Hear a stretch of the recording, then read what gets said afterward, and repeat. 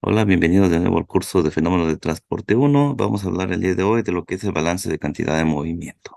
Bien, hablemos primeramente de los balances de cantidad de movimiento en envoltura y condiciones límite. Para flujo estacionario, el balance de cantidad de movimiento es velocidad de entrada de cantidad de movimiento por transporte convectivo menos la velocidad de salida de movimiento por transporte convectivo, más la velocidad de entrada de cantidad de movimiento de transporte molecular menos la velocidad de movimiento por transporte molecular, más la fuerza de gravedad que actúa sobre el sistema. Todo esto es igual a cero. Y de esta manera tenemos un balance de cantidad de movimiento.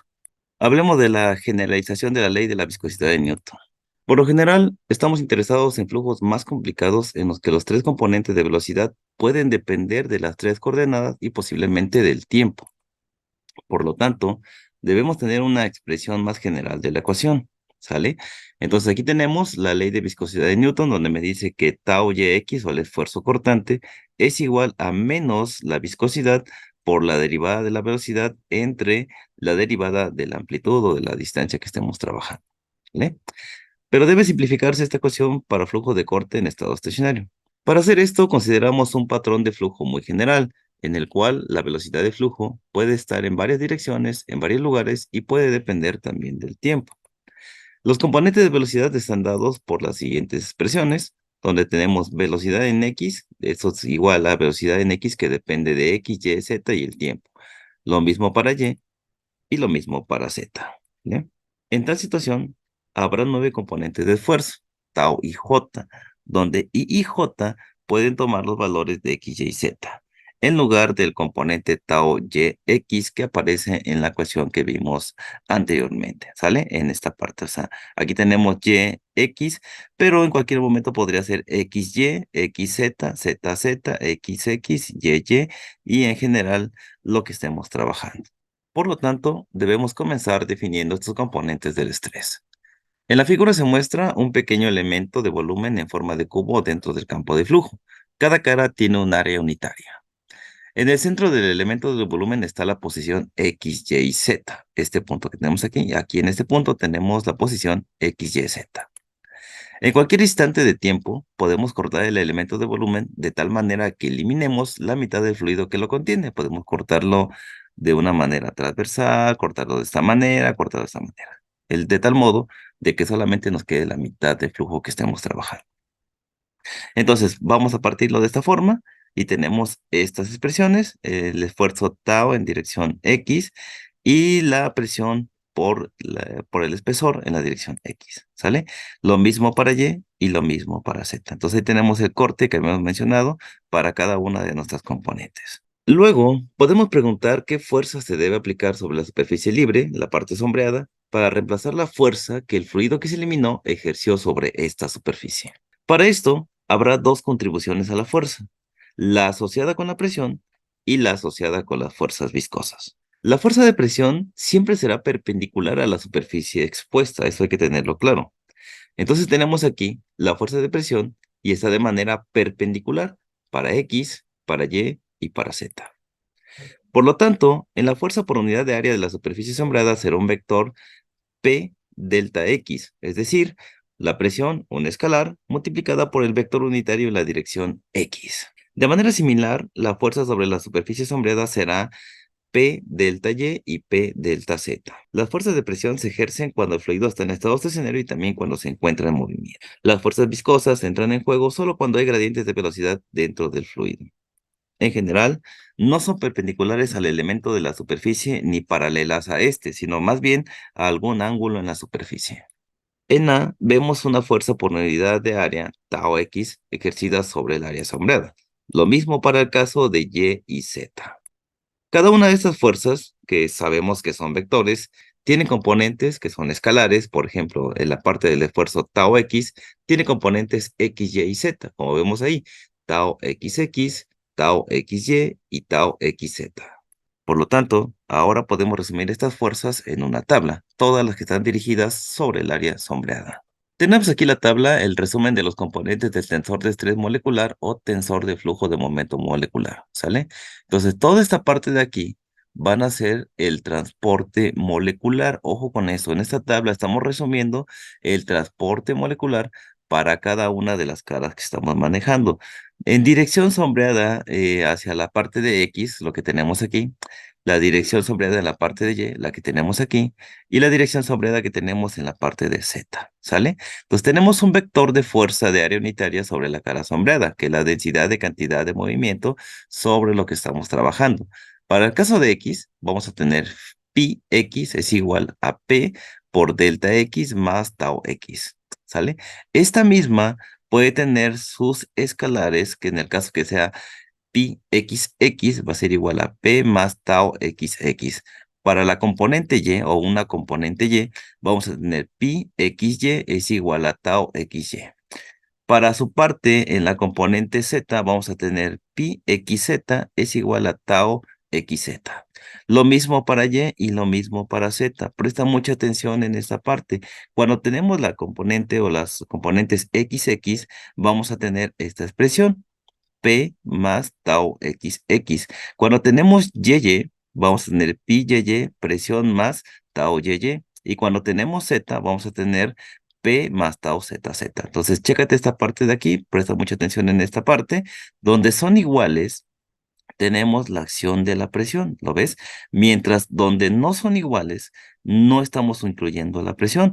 Y entonces, que te quede muy claro que esta tablita que estamos viendo aquí es para el tensor de flujo de momento molecular. O sea, toda esta parte de aquí va a ser molecular. Nada más presta mucha atención si la componente es X, Y o Z para cada una de las caras sombreadas, ¿vale? Entonces, esta tabulación es un resumen de las fuerzas por unidad de área o los esfuerzos ejercidos dentro de un fluido, tanto por la presión termodinámica como los esfuerzos viscosos. Hablemos ahora del transporte de cantidad de movimiento convectivo. Flujo tridimensional general dependiente del tiempo. A continuación consideramos un flujo arbitrario en las que las tres componentes de velocidad X, Y y Z pueden ser distintas de cero y pueden depender de las tres coordenadas espaciales, así como del tiempo. Un ejemplo de tal flujo se ilustra en la figura. Bien, lo que mencionábamos hace un rato, tomamos una parte del sistema, vemos que el punto X, Y, Z, y podemos ver la cara X, Y y Z, ¿sale? Entonces, ¿cómo vamos a trabajar? Y acuérdate que todas ellas dependen de sus componentes y también del tiempo, ¿sale? Nos preguntamos entonces cómo relacionar los diversos esfuerzos viscosos y los flujos de cantidad de movimiento con los gradientes de velocidad. Es decir, necesitamos generalizar la ecuación de la ley de viscosidad de Newton a flujos arbitrarios. Entonces, esta generación de la ley de la viscosidad de Newton está asociada con los nombres de Navier, Poisson y Stokes, todos eminentes matemáticos y científicos. Afortunadamente, es mucho más simple usar los componentes de flujo de esfuerzo y cantidad de movimiento que derivarlos. Consideremos el diminuto elemento de volumen delta X, delta Y, delta Z de un campo de flujo como se ilustra en la figura. En el centro del elemento de volumen está la posición X, Y, Z mencionada anteriormente. Podemos cortar el elemento de volumen de tal manera que se elimine la mitad del fluido que los contiene. ¿Sale? Ahí está, cosa que acabamos de ver hace un momento. Habrá, como te dije hace un momento, dos contribuciones a la fuerza. La fuerza de presión que permanece incluso cuando el fluido se mueve y la asociada con las fuerzas viscosas. Entonces tenemos la parte del movimiento convectivo y la parte del movimiento molecular. Siempre va a estar presente en el análisis de lo que vayamos a ver con respecto al flujo. Cada uno de estos esfuerzos, que son vectores, tienen componentes escalares, como ya lo habíamos hablado, X, Y y Z para el caso de X, para el caso de Y y para el caso de Z. La pregunta ahora es, como decíamos hace un momento, ¿cómo relacionamos las tensiones o flujos de cantidad de movimiento con los gradientes de velocidad en el fluido? Bueno, al generalizar la ecuación de la ley de viscosidad de Newton, es costumbre exigir que tau y j no depende explícitamente del tiempo y que tau y j no se ve afectado por la rotación pura del fluido. Mientras entendamos esto, no vamos a tener problema más adelante. Te repito esto de aquí porque es importante. Tau y j no dependen explícitamente del tiempo, ni tampoco se ven afectados por la rotación pura del fluido. En el sistema de flujo constante de corte de la figura, la expresión general para tau y j se simplificará a la ecuación tau yx es igual a menos mu, la derivada de la velocidad entre la derivada de la amplitud que tenemos aquí. Entonces, se puede demostrar que la forma más general de tau y j en coordenadas cartesianas debe de ser la siguiente, ¿sale? Todas las que tenemos aquí son las coordenadas cartesianas dependientes de tau y j, ¿sale? Estas las podemos encontrar en el apéndice B1 del libro de fenómenos de transporte de Robert Byrd. Estas expresiones contienen dos propiedades materiales, la la viscosidad dilatacional. Por lo general, al resolver problemas de dinámica de fluidos, se puede omitir la viscosidad dilatacional. Para gases monoatómicos a baja densidad, la teoría molecular da que la viscosidad dilatacional es igual a cero. Y para líquidos que se puede suponer ser incompresibles, el conjunto de derivadas de las siguientes expresiones, de esta parte que está aquí, es exactamente cero. Para casos que K no influye en la tensión viscosa, sale K es la viscosidad dilatacional. Mientras no influya, todo esto de aquí va a ser cero en nuestras coordenadas cartesianas, ¿vale? Entonces, sin embargo, es importante para describir la absorción del sonido en gases poliatómicos y para comprender la dinámica de fluidos en líquidos que contienen burbujas de gas. Como vimos antes, en la sección anterior, las cantidades con componentes como tau y j, que tienen dos subíndices asociados a las direcciones de las coordenadas, se denominan tensores. Al igual que las cantidades como la velocidad, que tienen un subíndice asociado con las direcciones de las coordenadas, estos se llaman vectores.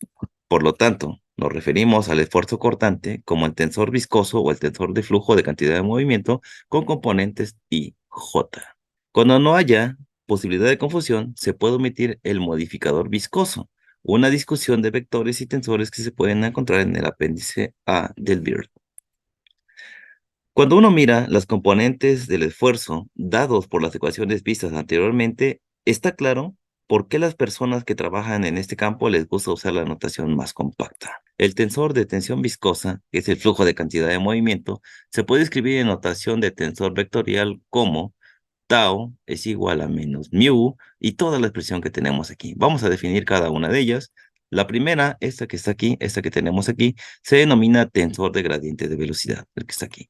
Luego, este que está aquí con una especie de crucecita es la transpuesta del tensor de gradiente de velocidad, la transpuesta de la que tenemos aquí, ¿sale? Aquí en la parte delta es el tensor unitario, este que tenemos aquí, ¿sale? Este simbolito, esto que tenemos aquí, esta multiplicación que está aquí, es la divergencia del vector b, o sea, de la velocidad, a una cantidad escalar, ¿sale? Es la divergencia del vector b a una cantidad escalar, ¿sale? El tensor unitario, delta IJ, donde delta es el delta de Kronecker, que es igual a 1 si I y J son iguales, y 0 si I y J son diferentes, ¿sale? Entonces, si estos son diferentes, es 0. Si estos dos I y J son iguales, este vale 1. ¿Sale? Entonces, mucha atención con esto, pues prácticamente si lo hacemos 1, va a quedar este valor, y si lo hacemos 0, se va a cancelar toda esta expresión que tenemos aquí. Mucho ojo aquí para el balance de cantidad de movimiento. Cuando no hay flujo, o sea, la velocidad es 0, las tensiones viscosas o el flujo de cantidad de movimiento, tau y j, son 0. ¿Sale? Entonces, cuando no haya flujo, otra vez, cuando la velocidad es 0, las tensiones viscosas de cantidad de movimiento, todas también serán 0. Sin embargo, la fuerza de presión estará presente incluso si el fluido está en estado estacionario. Entonces hay algo que no podemos omitir. La presión no la podemos omitir. Esa va a estar presente, aún así no esté en movimiento. ¿Sale? La fuerza de presión siempre es perpendicular a una superficie expuesta, como se ilustra en la siguiente figura. ¿Sale? La fuerza de presión siempre va a ser perpendicular dependiendo cada uno de los cortes que nosotros vayamos a hacer y sobre el eje que estemos trabajando. Por lo tanto, en la siguiente figura, la fuerza de presión por unidad de área sobre la superficie sombreada será un vector P delta X, es decir, la presión, un escalar, multiplicado por el vector unitario delta X en la dirección X. De manera similar, la fuerza de presión por unidad de área sobre la superficie sombreada de la siguiente figura, a la izquierda, será P por delta Y a la derecha, P por delta Z. ¿Vale? Algunas veces encontraremos más conveniente tener un símbolo que incluya ambos tipos de tensiones, y así definimos las tensiones moleculares o flujos de cantidad de movimiento como pi y j es igual a la presión por delta IJ más tau IJ, ¿sale? Donde I y J pueden ser X, Y o Z. Aquí se utiliza el delta de Kronecker para indicar que la presión es normal a las superficies y se adopta el término de tensión molecular o flujo de cantidad de movimiento molecular porque tanto la presión como el esfuerzo cortante surgen del movimiento las interacciones y las colisiones moleculares. Se adopta el término tensión molecular o flujo de cantidad de movimiento molecular porque tanto la presión como el esfuerzo surgen del movimiento, las iteraciones y las colisiones moleculares. El tensor de tensión molecular de flujo de cantidad de movimiento se escribe en notación de tensor vectorial como se expresa a continuación. Pi es igual a P por delta más el esfuerzo cortante. Acuérdate que este delta es el delta de Kronecker. Igual que con la tensión viscosa en la sección anterior, los componentes pi y j pueden interpretarse de dos formas. Una es que sería pi y j, que vamos a ponerlo, dice fuerza molecular viscosa más presión en la dirección j por unidad de área perpendicular a la dirección i, ejercida en menor i sobre el fluido en mayor i. Complicado, ¿no? La otra forma de expresarlo sería flujo molecular total del impulso J en la dirección I positiva, es decir, desde la región de menor I hasta la de mayor I. Un poquito complicado esto de aquí, pero prácticamente lo que tenemos ahí es que la dirección que tenemos es la segunda variable, ¿sale? La primera me dice que es la fuerza molecular en el eje que me estoy moviendo y la otra es en qué dirección. Me puedo mover en el eje Y con respecto al J y viceversa, ¿sale? Y contra cada uno de ellos. Prácticamente la segunda variable es la dirección por la cual nos estamos moviendo, ¿sale? Para no enredarnos con todo esto. La primera siempre es la más conveniente porque se utiliza para describir las fuerzas ejercidas por el fluido sobre superficies sólidas. Hablemos ahora de las tensiones. Tenemos la parte de la tensión que es pi XX, que eso va a ser P más tau XX, ¿sale? Recuerda que si estas son iguales, dijimos que el delta de Kronecker es igual a 1. Por esa razón me queda P más tau XX. ¿Sale? Lo mismo para Y y lo mismo para Z. Recuerda que cuando estas son iguales, te lo vuelvo a repetir, el delta de Kronecker es igual a 1 y por esa razón en estos puntos nos queda esta expresión como la ves. Se denominan tensiones normales, mientras que las cantidades restantes, las que siguen, las que no tienen nada que ver con el constante de Kronecker cuando no es 1, sino que es 0. Entonces simplemente si eso es 0, esto por 0 y esto por 0, pues va a cancelar y solamente nos van a quedar los esfuerzos y el valor de pi, ¿sale? Listo, entonces tenemos esfuerzos cortantes y las tensiones normales para este caso. Yo espero que te haya quedado claro. Este es un planteamiento restringido a la ley de conservación de la cantidad de movimiento. Aplicamos al planteamiento solo una componente de la cantidad de movimiento, a saber, la componente en la dirección del flujo. Para escribir el balance de cantidad de movimiento se requieren las expresiones para las densidades de flujo de cantidad de movimiento convectivo dadas en la tabla 1 y las densidades de flujo de cantidad de movimiento molecular dadas en la tabla 2. Debe recordarse que la densidad de flujo de cantidad de movimiento molecular incluye las contribuciones de presión y la viscosidad. Entonces, en resumen, lo que ya habíamos visto, ¿no? Para el movimiento convectivo es esto que tenemos aquí. Y como te decía yo hace un rato, hay que tener en cuenta si vamos en la dirección X, Y o Z. ¿En qué eje me muevo? ¿En qué dirección? Y ahí vamos viendo para cada una de ellas y vamos a seleccionar cada una de ellas. Yo te recomiendo hacer un screenshot de esta tabla para poder trabajar más adelante. Tenemos la tabla 2, que es el resumen de las componentes de esfuerzo molecular, que ya habíamos visto también. Aquí nada más acuérdate que cuando se repiten que es XX, YY, siempre nos va a quedar la presión. Aquí tenemos XX, YY y ZZ. Ahí tenemos la presión y en todas las demás la delta de Kronecker vale 0, por lo tanto me queda solamente el esfuerzo en todas las demás. Y ya habíamos definido esto anteriormente. Hacemos un screenshot de esto también y lo usamos para más adelante. En resumen, aquí te dejo para cuando tenemos la dirección sombreada en X, el esfuerzo convectivo, la cantidad de movimiento convectivo en esta parte, y la parte del movimiento molecular de esa manera, convectivo y molecular para X, ¿sale? Entonces es un resumen, le puedes hacer también si gustas un screenshot a esta parte, y nos vamos ahora para la componente Y. Ok, para la componente Y, para el convectivo y para el molecular, tenemos las dos expresiones aquí. Y ahora vamos a ver para Z. Para Z tenemos también aquí las expresiones tanto para el convectivo como para el molecular. Bueno, eso es todo por este video. Espero que te haya gustado. Nos estamos viendo en el próximo. Muchas gracias por tu atención.